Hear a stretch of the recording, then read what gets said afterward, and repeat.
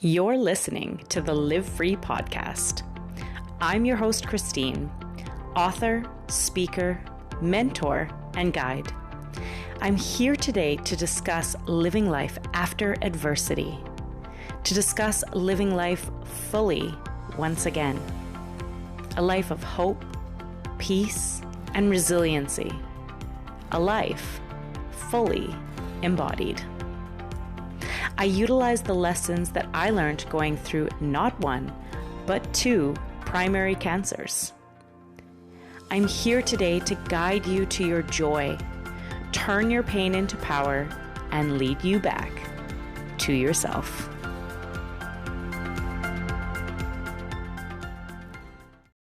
Hello, and welcome to another episode of the Live Free podcast. Today, we have Tennille on the podcast. Tennille is a Saskatchewan woman with a vision. After a cancer diagnosis, Tennille found strength in sharing her story, co-authoring a memoir with her daughter, Lydia, that highlights the emotional journey of youth, mental health, and coping with life during life transitions. In addition to her writing, she is the co-founder of the Early Birds Bash, which is an event designed to help women unwind and have fun. Tennille also volunteers with Neoma Wellness, supporting its mission to make mental health care accessible to women in Saskatchewan.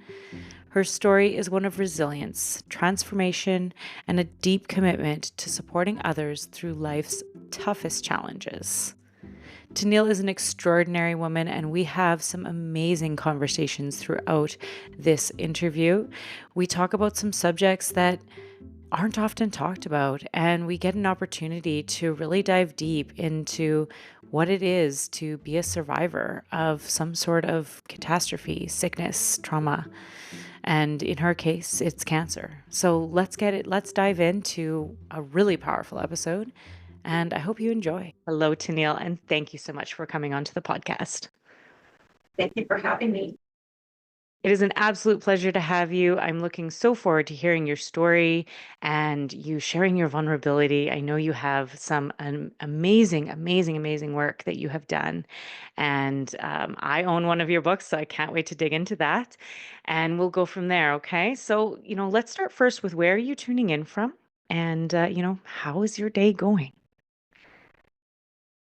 I'm tuning in from my home. I live just outside of Saskatoon, southwest of Saskatoon, on an acreage.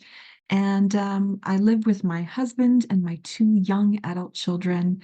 And looking forward to no more snow and enjoying the sunshine today.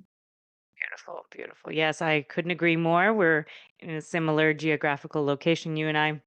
And so, yeah, enjoying that sunshine and springtime can be just such a blessing.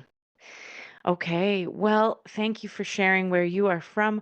Tell us a little bit about what brings you here. Who is Tennille, and what have you been through? I'm trying to think about that question for a little bit now, with the introduction of coming onto the podcast and how to get ready for it. I feel like I have oversaturated the market in some way over these past couple of years, considering so much has happened to me that is just taking me on a ride that I never expected. So, a little bit about me. I was born and raised in Saskatchewan. I grew up in a small town in southeastern Saskatchewan. So, I was a small town girl. Went to kindergarten and graduated with basically the same kids. And from there, I ventured up to Saskatoon and haven't left. It wasn't really my plan to stay in one place, but I found my husband and we had our kids and we developed some pretty deep roots here. And so we've been here for 30 years and it's home.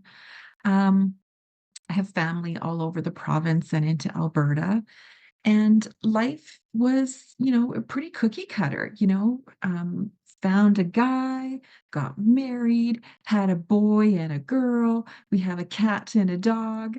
And, the routine set in with sports and art and, running around with the kids and dance. And so we felt like we were on the track to, being empty nesters and, looking towards retirement and what does that look like? My husband and I, we were just looking forward to the next phase. And then 2 years ago this month, actually, I found out that I was diagnosed with stage 4 uterine cancer. And it shocked me. It shocked everyone. I had started a new job and I was, performing well, at least to everyone else. To me, I was starting to fade a little bit and my energy was just so low and I couldn't figure out why. Um, and so through, going to my doctor and then, having some tests done in emergency, um, cancer entered the scene and it it took over for quite a Mm. while. And I I was trying to figure out who I was because I knew I couldn't go back to the person that I was.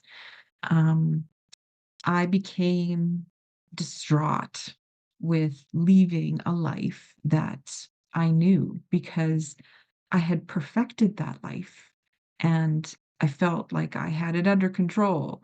Um, and I and I was the person in our family that was the go-to, right? Just had everything planned and laid out and all of a sudden I couldn't do that. And so I felt like I was losing myself. Mm. And yeah, so that's what's kind of taken me to this past, I would say, year of definitely a roller coaster of a life.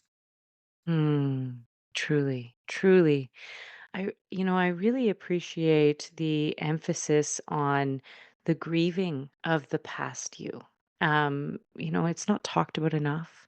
Truly, among cancer survivors, and really survivors of any illness, there is a grieving of the past you. I heard you say, you felt like you had it all under control, this past you life, and then now this kind of you get shocked with this amazing diagnosis, this terrifying diagnosis, stage 4. And now the first thing that really starts to take hold is, who am I now? How am I going to conduct myself in the world? And I also heard you say oversaturating the market. So I'm curious to dive a little more in that as well. Yeah, And please go ahead. yeah, Yeah. I thought about who I believed I was, and I put my work first. I uh, I was a high performing individual. I led people. I was a manager. I found gratification in performing, like exceeding expectations and trying to make um, my my leaders, look good with the work that I was doing, and that validation was gone, and in a moment, right? And so, not that we need to look to external factors for validation, but I think that that's what I had developed myself into. Mhm. Um, Putting all of my creative energy and my work ethic and my values and giving it to my employers. And now that I didn't have that, I'm like, well, who am I? Like I had no hobbies. Um, I didn't feel like I was creative at home. And so what was I doing? Who could I be? And so writing a book and, you know, thinking about goals for myself and doing that and being on, being interviewed and, developing new products to serve other women like me. I just felt like I'm kind of all over the place. I'm all over social media. And and that's just a personal reflection. I'm like, am I too out there right now? Like what am I supposed to look like? I'm supposed to be having cancer, but maybe I should just like go away. But and I don't know if you have ever felt that as well. Like maybe I shouldn't be out there as much as what I should because I'm not projecting what a cancer patient should be. Mm, that's a really, really powerful reflection and a ton of self-awareness there. So that's thank you for sharing that. And I don't think that you're alone, Tennille, in that. I think in any thought leader, and especially in myself, because I know my inner workings, I certainly think that we question, how should the world perceive us? How should we show up in the world? How should we display ourselves? And I think the answer that I've landed on is that, the more authentic that I am to myself, the more that I will polarize the people who are not for me. And that has truly happened. And the more that I will draw in the people that are.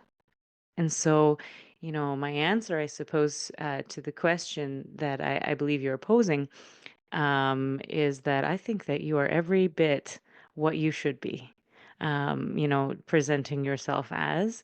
I see you as such a boss watching your work. I see somebody who's certainly, once often interviewed or, but maybe always on TV. I'm not sure of your whole background, to be fair, but somebody who is very comfortable in that light and very uh, meant for it is what I really see from my seat anyway.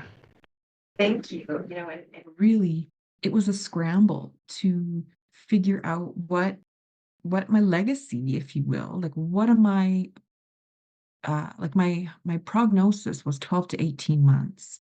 And so Okay. that is it's like what am I going to do in 12 to 18 months that is going to make an impact and going to make my husband and my children and my family proud? Yeah, that was what I was striving for. And so getting a story out into the world and being creative, like pulling on that, I think was so liberating. And again, I talk a lot about control, but actually, I think what what cancer has been teaching me is to let go and just let go, but also let in, just what you said, let in everything good that is coming to me because of my journey and sharing that journey. So I agree with you 100%. Yeah. Hmm. This journey back to ourselves. Oh, thank you for sharing. This journey back to ourselves is so, so powerful, and so hard. It is so unbelievably hard, from one cancer survivor to another. It's just unreal hard, to find who you are now. And the theme that always comes up over and over and over again among every survivor I've ever met is that cancer has taught me to let go and let in over and over again. It's unbelievable how these things that shake us as human beings absolutely teach us to let go. And and maybe not everyone. Maybe I just talked to a whole lot of inspiring ones. But certainly in my journey and the people that I have met, that letting go piece is just so powerful and really sets us free. Now, for the listeners at home, I'm curious, Tennille, can you let us in a little bit more on your journey? So we've got a prognosis of 12 months. You said 12 to 18. What was your journey like, for those who haven't read the book yet?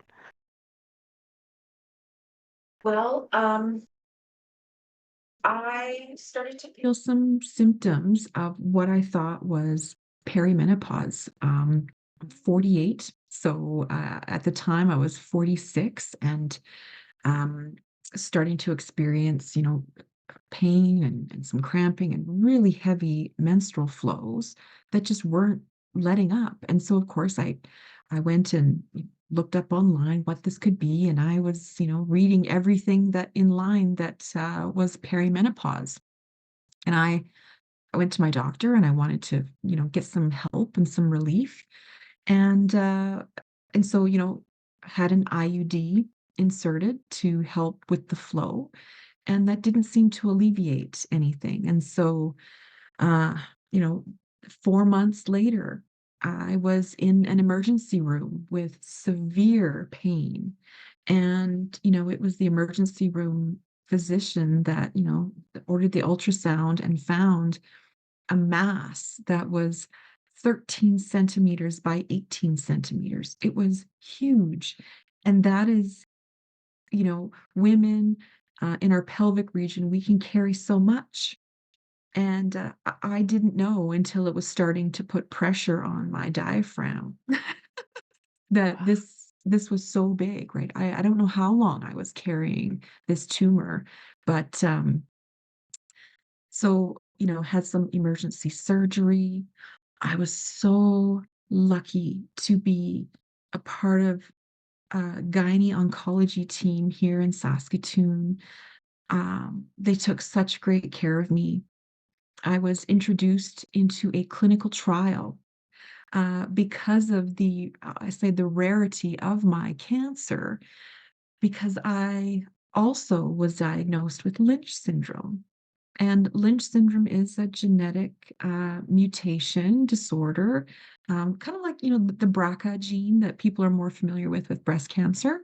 And so I had some genetic testing done, and I have two mutations. So not just one, two mutations. And of course, it's passed down through the generations.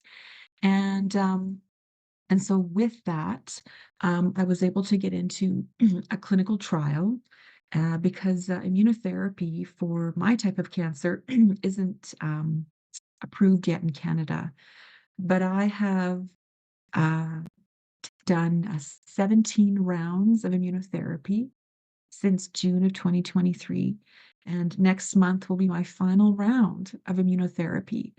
And then we wait and see. We wait and see if my body has learned how to figure out these broken cells that do not get fixed because of my mutations, and see if my body can figure out these cancer cells on their own. So it's exciting. It's scary again, right? It's another phase, and learning that this is a chronic illness. It's I'm learning to get past the prognosis, right? I'm 6 months beyond the 18-month prognosis. So again, it's a hazy horizon. I don't know what this is going to look like for me, but I'm hoping that my journey in this clinical trial can help others, other women like me, to get this approved so that others can be helped. Beautiful, beautiful. I feel like I'm just jumping for joy in my in my seat here. Immunotherapy is just, I just can't say enough about immunotherapy. I just love immunotherapy. You hear stories and, oh, I had this stage 4 and now I don't. And it's just the most extraordinary thing. So I'm sorry that Lynch syndrome is part of your life now. I know a fair amount about Lynch syndrome. We've discussed this in the past. My husband's family has Lynch syndrome. And so, I know it's a really scary gene, and it's certainly a really difficult thing to hold on to. But I am glad that these things line up to save us and to save our lives, and that in this case, there was something that is awful and terrible, but it did in fact have a huge saving grace to it as well. And Yes, so yes. yes, and so congratulations on that. I'm curious if you're comfortable sharing. You've got this 18 centimeter to begin with. Have they tested or seen where the size is at now? Yes, so the tumor was completely removed, and then following that, so every 6 weeks I would go for treatment, and every 9 weeks I would have a CT scan. So that's what the clinical trial doctors and nurses would be following up on. And so I had lesions in my pelvic area, lesions in my lungs. That's what got um, the diagnosis of stage 4, the staging to stage 4 is because it spread to my lungs, and in my liver. Yeah. So over time, those lesions started to like in the beginning, the lesions started to shrink and then they became stable and everybody was like, "Yay!" And I was like, "Okay, that's good," but I would still like them to shrink, right? Everything wasn't just good enough. I wanted more, right? And Fine. the lesions, like, they continue to shrink and, we just, we take one step at a time. Okay. Okay. Um, just, um, just a couple of weeks ago, well, no, I and, Christine, maybe I'll talk about this, but it's still so new. And again, Fine. I want to be transparent because this is all part of sharing my journey. So even though I am, projecting a lot of, I'm getting through this and, every day is different for me. I get the highs and the lows and the roller coasters. So even though the CT scans are showing that the initial lesions are shrinking, my silly appendix has decided to double in size and we Okay. don't know why or what it's related to. Okay. So I don't have any acute pain, so they're not thinking it's like acute appendicitis. So I had a colonoscopy a couple of weeks ago, and we have booked an appendectomy to happen in less than 2 weeks, and then pathology will tell us what the appendix is doing or what's going on. So it's never it's never one and done, right? I will be a chronic, complex patient for the rest of my life, and I'm still learning to accept that. I feel a sense of calm actually because of this. I don't know why. My Hmm. fear of needles is going away. My ability to get myself to and from my appointments without crying is kind of going away. It's becoming just a part of who I am, right? Those things that you have to do. So, um, yeah, maybe once the date gets closer and I'm like driving in to be admitted for the surgery, who knows? But for now, let's get that appendix out and see what happens next. Fine. Fine. Yeah. I thank you for sharing and thank you for sharing so vulnerably because, truly this is really scary. And I know that for myself anyway, it often felt like a lashing. You get these breaks and then more bad news and breaks and more bad news, and it was, really difficult at times to go through. But you said another thing that I really want to capitalize on because it's so important that I don't like the word fighter because it's overused, and because it suggests, for me anyway, that I am a victim of a circumstance, and I've never wanted to be that. But that being said, I remember that feeling, and I still have it, to be fair, of kind of like if I can do this, I can do anything. And this sense of calm that you talk about, of like, I no longer cry during my appointments. Let's just get this appendix out. I remember feeling like it had changed me in a way that made me, and again, I'm being careful with the word warrior because, because it is so tough, but that the vultures were just not going to get me anymore. This like really strong feeling of like, no, no, I've got this. No matter what you throw at me, I can handle it. And that was a really, really powerful feeling. And I've brought it into my post life as well.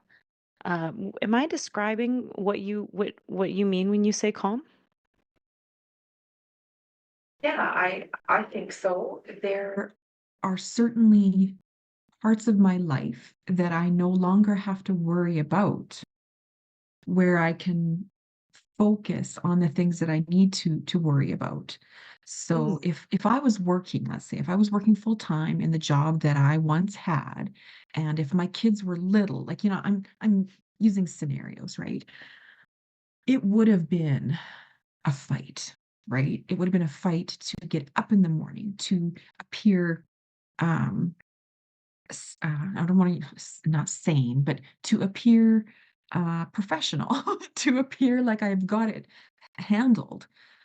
I would have been burnt out within a couple of months.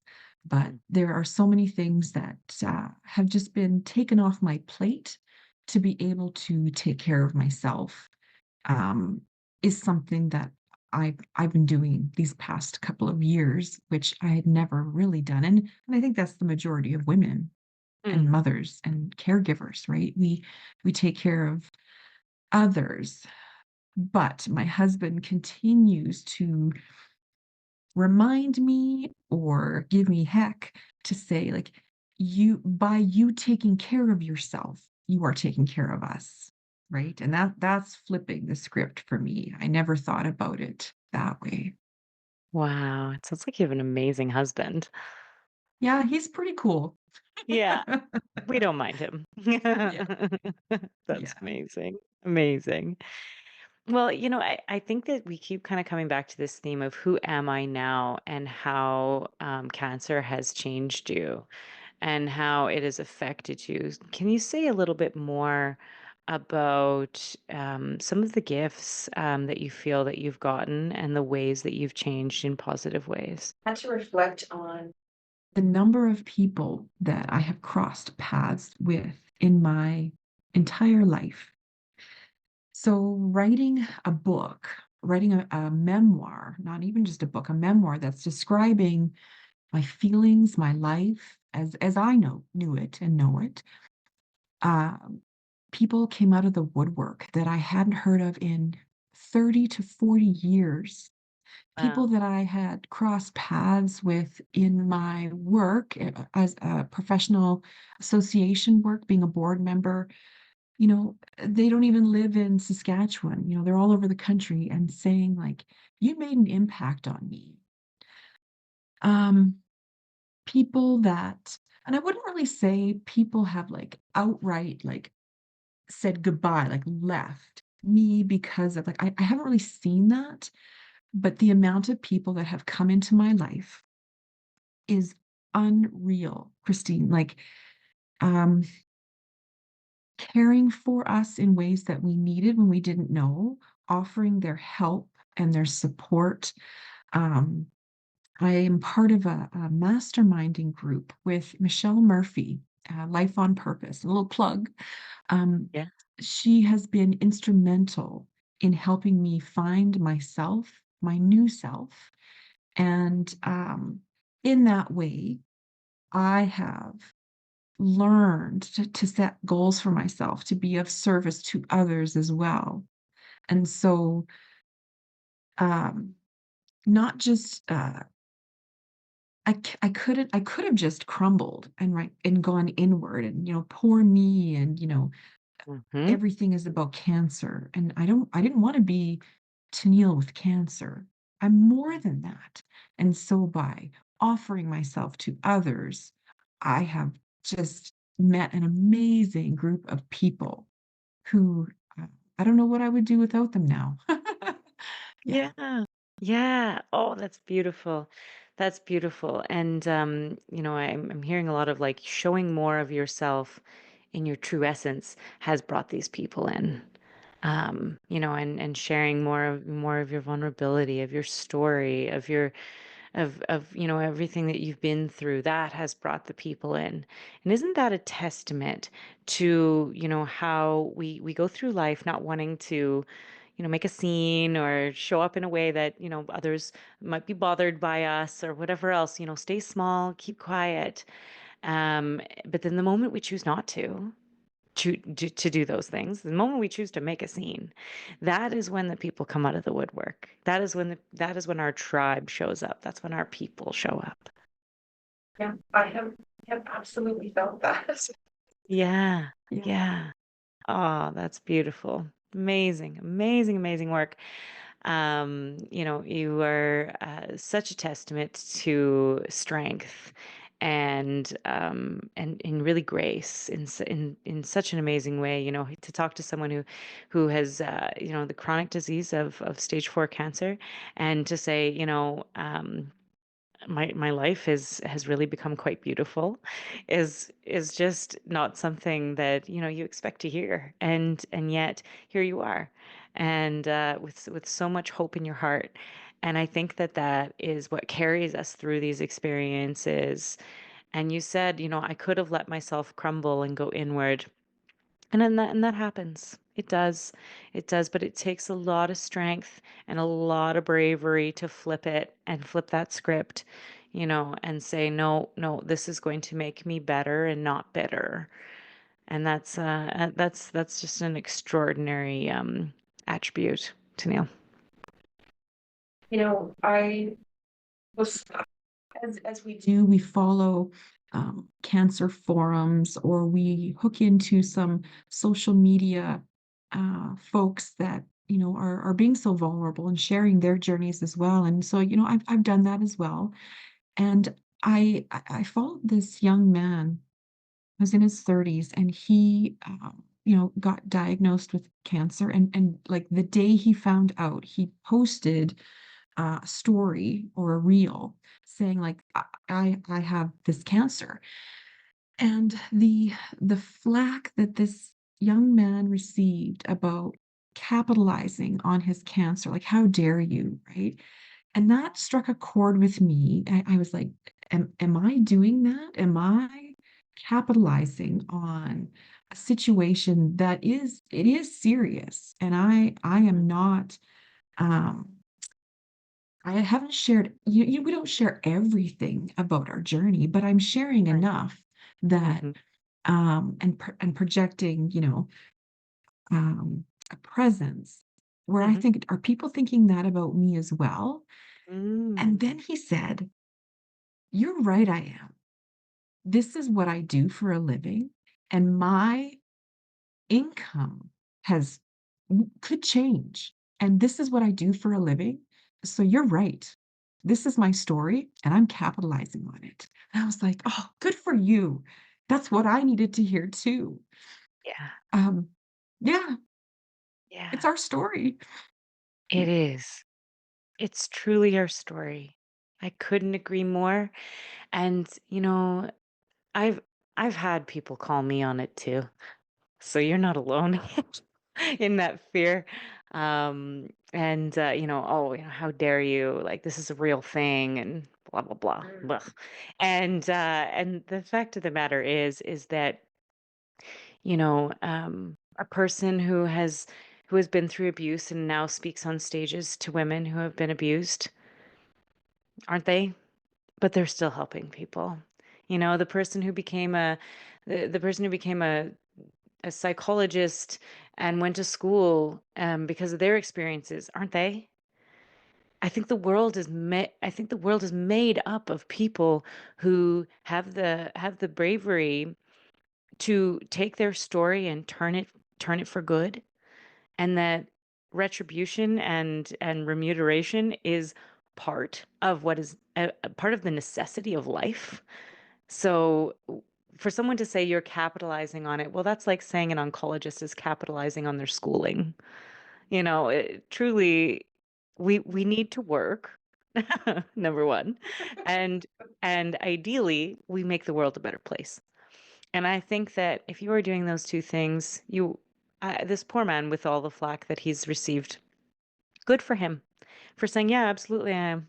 Because if we didn't have any of those, we would have no one coming out to share the abuse victims. We would have no one coming out to share their story with the cancer survivors. We wouldn't have that support. And so, yeah, good for him. Good for us. Just like every stage of life, there is no handbook. And Nope. so we're just figuring it out, writing down what we do and sharing it. Yeah. And hey, where would we be without Taylor Swift's boyfriends, right? We wouldn't be listening to to all of her music and That's enjoying right. it, right? Yeah, Yeah. exactly. Exactly, exactly. Every country song ever written was capitalized on Yes, someone's story. Yeah. yes, yeah, And yet we enjoy country music. yeah, for sure. Beautiful. Very well said. I couldn't agree more. And thank you for bringing up that really important point, too. I think for people who listen to my podcast, I'm sure many of them are sharing their stories, whether that be a story of abuse or loss or divorce or whatever else. And I think that that kind of imposter syndrome of like, who am I to share is probably really, really rampant. Because I know I've felt it. You've shared today that you have felt it. And so, I think that that's a really important point to bring up that is often not talked about, which is that, the more that we open ourselves up to our potential tribe, as we've spoke about, the more we also open ourselves up to criticism from the people who are not our tribe. And so, that is that in itself takes a lot of bravery too. Yeah. I Amazing. agree. Amazing. Yeah, yeah.